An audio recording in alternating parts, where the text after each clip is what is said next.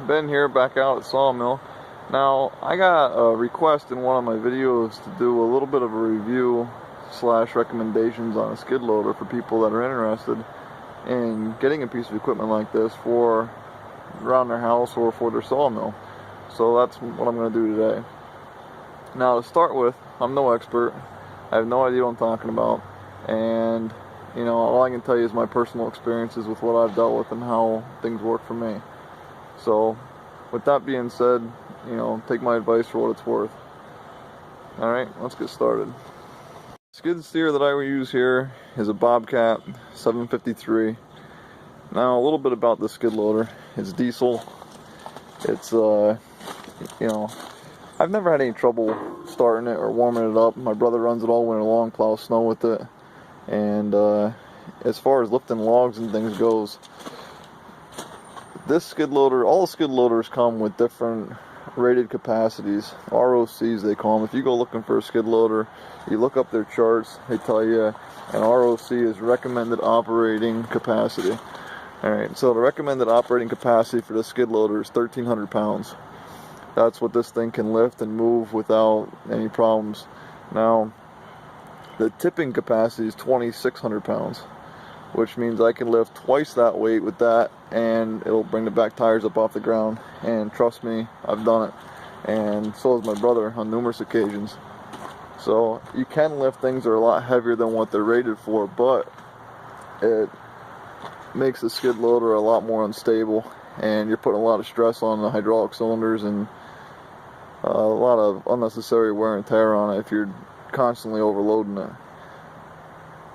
The other thing I've got to say is people that are thinking about getting a skid loader or a backhoe or a tractor or any other kind of piece of equipment, a forklift, the reason I would recommend a skid loader over all that other stuff is if you get a skid steer, you have an endless number of attachments you could add to this thing. There's all kinds of stump buckets and brush hogs and all kinds of things you can add to this. Grapple buckets and forks and buckets and plows and all kinds of different attachments you can add to these. And the longer we have this thing, the more attachments we end up getting for it. If you get a forklift, and you can get a forklift to move logs on and off your sawmill and move lumber around, and that would probably work just fine. And for some people that might be the answer. But for me, all the off-roading stuff that I do, especially if you go cut a tree down on someone else's property and go to move it around, forklift is going to be something that's going to be a little hard to do that with, especially if the ground's a little soft.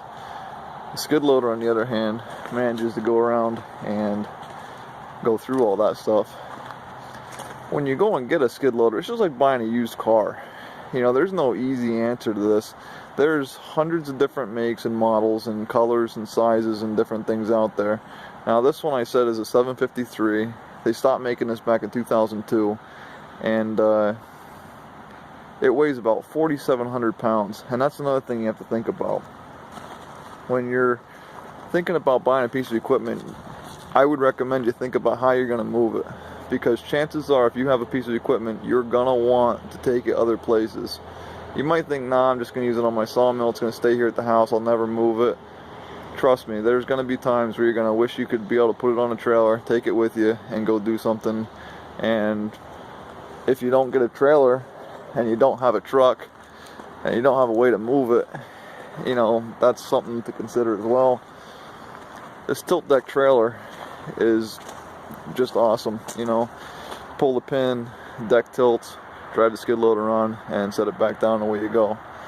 The problem with the tilt deck trailer is when you go to add more than one attachment at a time, you put an attachment on there, you back off, the thing wants to tilt back down before you can go and get your other attachment and bring your skid loader back onto the trailer. You can do it, it's just kind of a hassle. A split tilt deck trailer is probably the way to go, and I think that's what my brother's looking to upgrade into now. But back to the skid loader. When he first got this, he just started with a bucket and a backhoe attachment. And the number of holes he's dug for different people, for different jobs, for different applications is just amazing. Put a bucket on and you can move stone, you can move dirt, you can move just about anything you want to with it.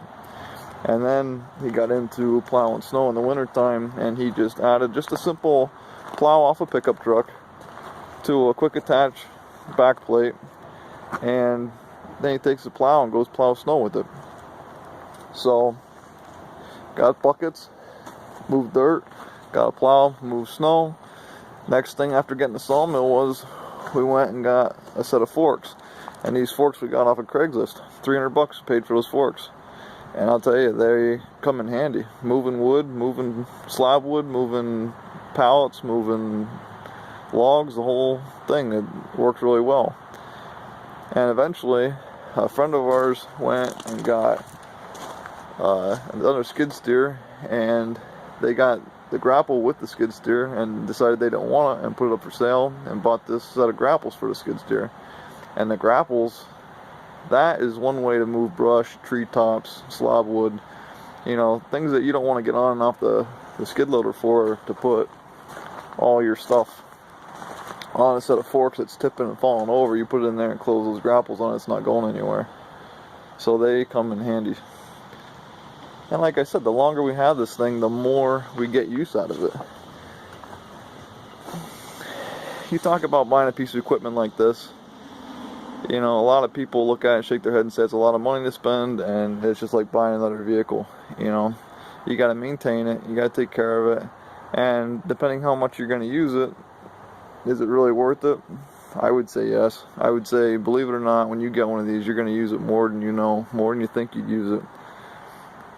Used to go around the property. Now my brother has about 2 acres here, and he used to go around with the property with a wheelbarrow or, you know, an ATV and a small dump trailer, and load stone by hand with shovels and, you know, dirt and leaves and all that kind of stuff. Now he just goes and hops in this thing, puts the bucket on here, and goes hauling around the yard, and, you know, it's just a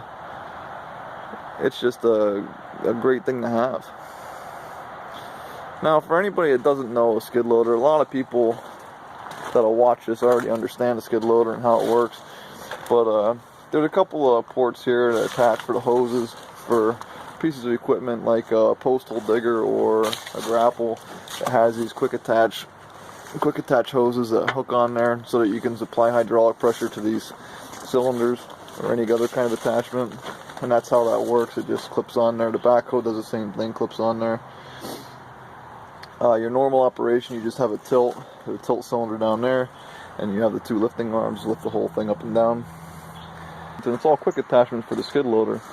You know, you pick up on 2 handles here, one there and one there, and it just snaps right off. And then you come in, you put the skid loader into the next piece of equipment, and you put those handles down. It puts a pin down through here. It catches on the upper lip, catches up inside this channel here, and then the pin catches in down there, and that's when you put the handle up and down, move the pin to put that in there for the quick attachments. Inside the skid loader, there's 2 foot pedals. There's one on the left, and there's one on the right. One of them deals with the tilt, and one of them deals with the raise and lower. And then the 2 handles you have are just forward and reverse. And then there's thumb controls on the handles for your attachments for your hydraulics. Now that's how this model works. Like I said when I first started here, there are hundreds of different models and hundreds of different sets of operating sticks and operating foot pedals and different ways that different manufacturers and different models do it. So this isn't the same for all. It's just how this one works. There's a little handle right there by the seat. That's the throttle. Throttle's up and down. I'll come in here, start this up. I'm gonna move some logs around anyway. So when you first sit down on the skid loader and it's cold, you have to. You have a couple different panels here. You have your fuel gauge up top, your temperature. You have your lights, your bucket position. On this side, you have a key. You have a key switch. You can see in there. It's just stop. You turn it to the run position. Over here in your display, you have your glow plugs are warming up. It gives you a countdown based on how cold it is and how much it needs to warm up to be able to start the engine. There's a lap bar here. This lap bar comes down, and you can't move anything without having the lap bar down. glow plug countdown is done. Now you take your key and you turn it.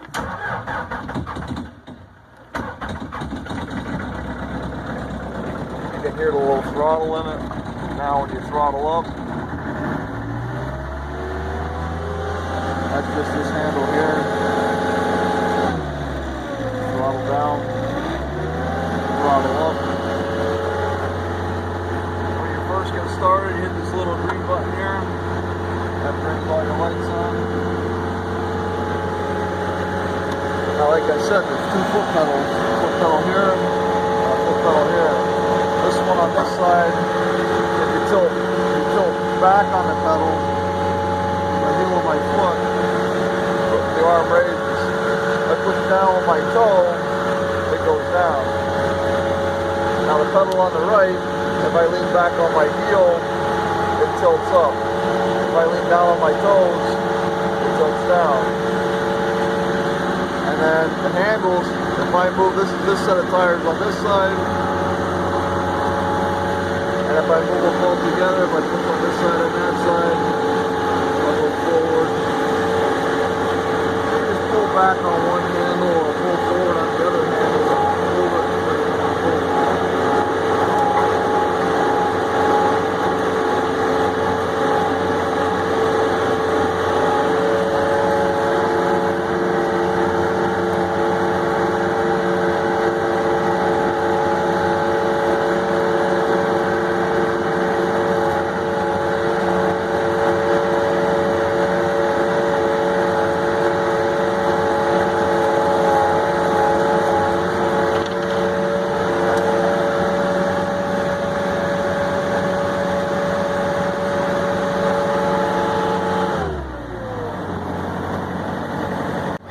Now it gets kind of difficult to be able to operate this and hold a camera at the same time, so I'm going to let you go with this. I gave you a pretty good overview on what all the skid steer consists of and what you have here. Different ones have different features. It's just like buying a used car. Some have heat, some have air conditioning, some have a bigger wheelbase. They all have different lifting capacities. They all have different controls. My recommendation is to you is this: go down to a dealership. Most people aren't going to buy one from a dealership, but if you go down to a dealership and tell them you're interested, talk to them, they'll give you some specs on them, maybe let you test drive a couple of them around, and then you get a better idea on what you're looking at and what's out there. And from there, I would say, if you go to buy one and it's a used one, you get on Craigslist and you find one that you're interested in, you go look at it, take your time, look it over, check for leaks, check and see how it runs, turn it on, drive it around, test it, listen to it, see how it sounds, see how it runs. Is it smooth? Is it clear? Does it look like it's been greased? Have the oil filters been changed on it? Has it been taken care of? You know, if you want a project and you want to get one that's been sitting out in the rain and has a bunch of, you know, weather condition problems, then, you know, that's up to you. It's probably cheaper that way. But if you want one you're going to get in and go, and you don't want to worry about having to worry about working on it all, maybe going to the dealership and getting a brand new one is the answer. Money's not an issue, but it all depends. There's Case, there's John Deere, there's Bobcat, there's every make and model out there, and each one has their own little things. It's just like Ford, Chevy, and Dodge. Everybody has their preferences, and all I can tell you is the best bet is to go out, test drive them, look around, and see what fits you best. You know, maybe a tractor is what you're looking for, and that's fine. Maybe a forklift will do what you're looking for. You just have to sit down and ask yourself, what do you plan on getting accomplished with a piece of equipment? I would recommend a skid loader only because the attachments are endless, and there's nothing you can't do with them. You take it anywhere, and you can do any kind of job there is. Tree work, landscaping work, plowing snow. It's just an endless possibility. You can put a brush hog on, go hog brush. You can put a postal digger on and go dig holes. It's just endless.